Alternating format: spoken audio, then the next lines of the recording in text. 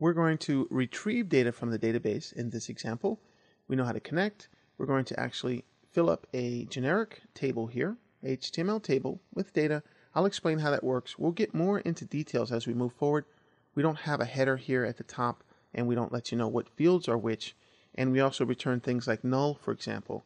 And we can actually do some more advanced things in the future. In different examples, this is just showing you the basic structure of actually selecting data, putting it into the HTML file, but also looking at the database side. We'll look at PHP MyAdmin and perform some queries as well from there.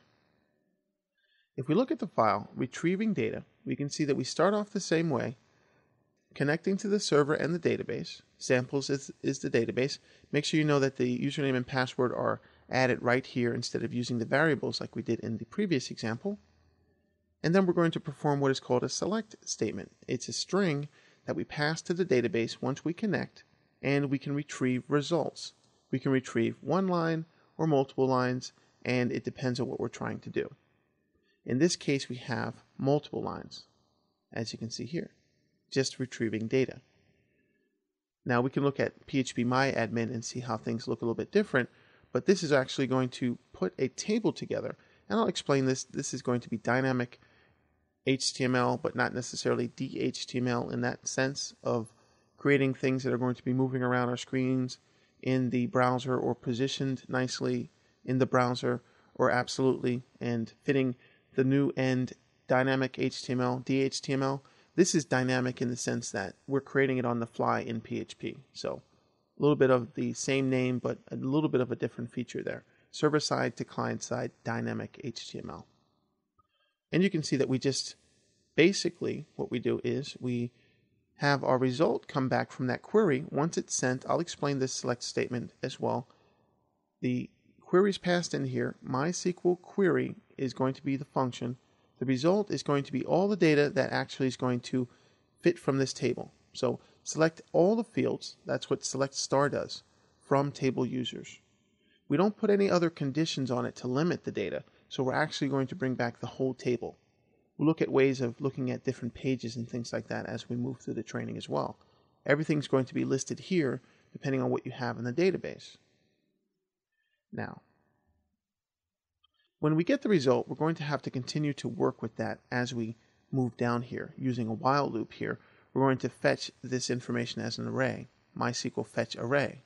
And what this does is it fetches the data from this result, because this result is actually going to be our data. This is going to fetch it as an array. It's pretty much converted into an array. And MySQL underscore assoc, this is going to actually bring back the key value pairs as we're used to with arrays, as opposed to just the numeric elements. You can change this to NUM for num, and then you can actually just get the indices, the elements there in the array. You can play with that and also look at the documentation for this particular command. There are also a ton of functions that you can use with MySQL. We'll explore what we can within the training, but MySQL is really in-depth. MySQL can be very complex, but at the same time, it can also be easy to use. And with PHP as well, you have that same type of, it can be hard or it can be easy. And there are a lot of functions that you can use. So you do want to actually take a look at the MySQL documentation as well as the PHP MySQL documentation for more information. But this is how it would work. In this particular case, use NUM if you just want those numeric indices. And that can help if you're doing a for each or for loop in a different way. But we have a while loop, and we're used to having this type of syntax already.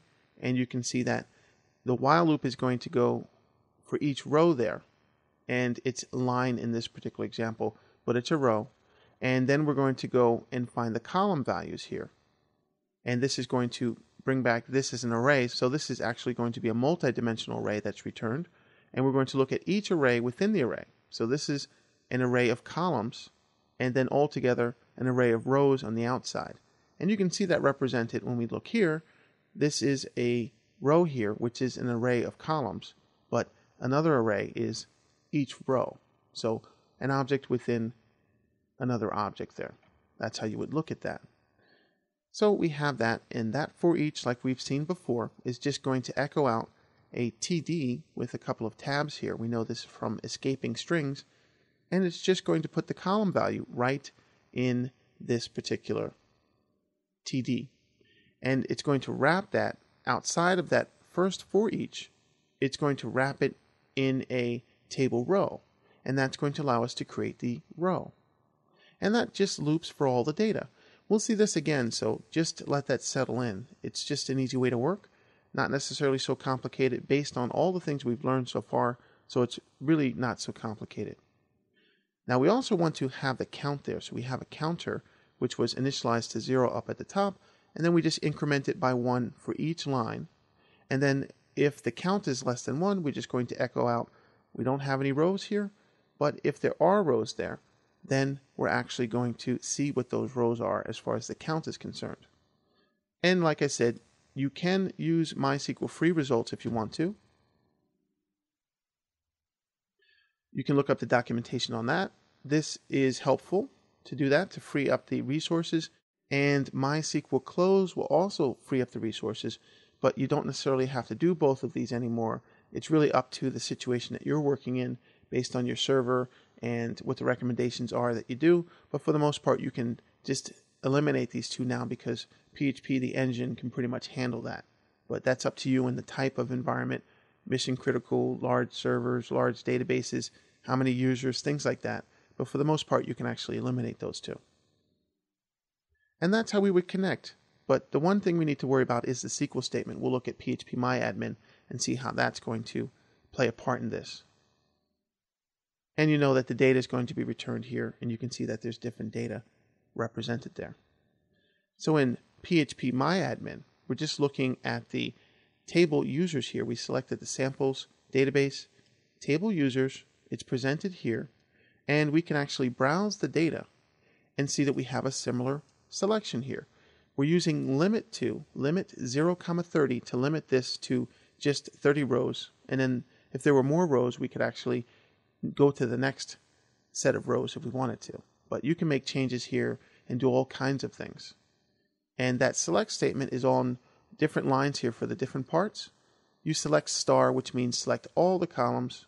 You select from that table users, and then you limit it to a set of rows. And we'll look at that again. But you can edit the SQL, and you can actually make a change here. And you don't necessarily have to use star to bring back everything. You could just bring back fields that you actually want to work with. So you can multi-select here. If you press the go, as you can see that this is not going to have any selections here, and that's not necessarily what you want to do. So what you can do is you have to actually hit this arrow here. We'll select right here, hit the arrow, and now this puts those fields here. Instead of that asterisk, we're actually editing this SQL. And it's a nice feature for this particular environment with the PHP admin. It lets you learn a lot. Plus, the code itself is written in PHP, so you can actually take a look at it. It's open source. So now we can hit go, and there are other things you can do. And then you see that the select query here is actually changed, and we're selecting a limited set of data, limited columns, and the rows returned are going to be all the rows, but up to 30, from 0 to 30. Limit that. Now, you don't necessarily need these little squiggly kind of quote signs here. You don't need that in the actual code, but it's put in there for formal SQL. But you notice we didn't have anything like that in our SQL. It's up to you. It's up to how things are set up on your particular server. So you either need them or you don't, but most times you don't need them. And in phpMyAdmin, they are added. Just to let you know that. Microsoft SQL Server also has different commands there as well, and different ways of actually having the SQL work. It depends on the compliance of the SQL and things like that. SQL has a compliance just like HTML has a compliance, and all the other things like XML have compliance, and ECMAScript, things like that. So even SQL has a set of standards that you can and you should adhere to, but sometimes backwards compatibility is allowed, or just a more openness so things don't have to be so strict and cause us all a lot of headaches. But you get the ideas. You can actually make different changes here, include or exclude the header, and you can even take a peek within the code, like I said, to see how this particular page works. but that's how you can retrieve some data and select some data. And we'll look at that in more depth as we move forward.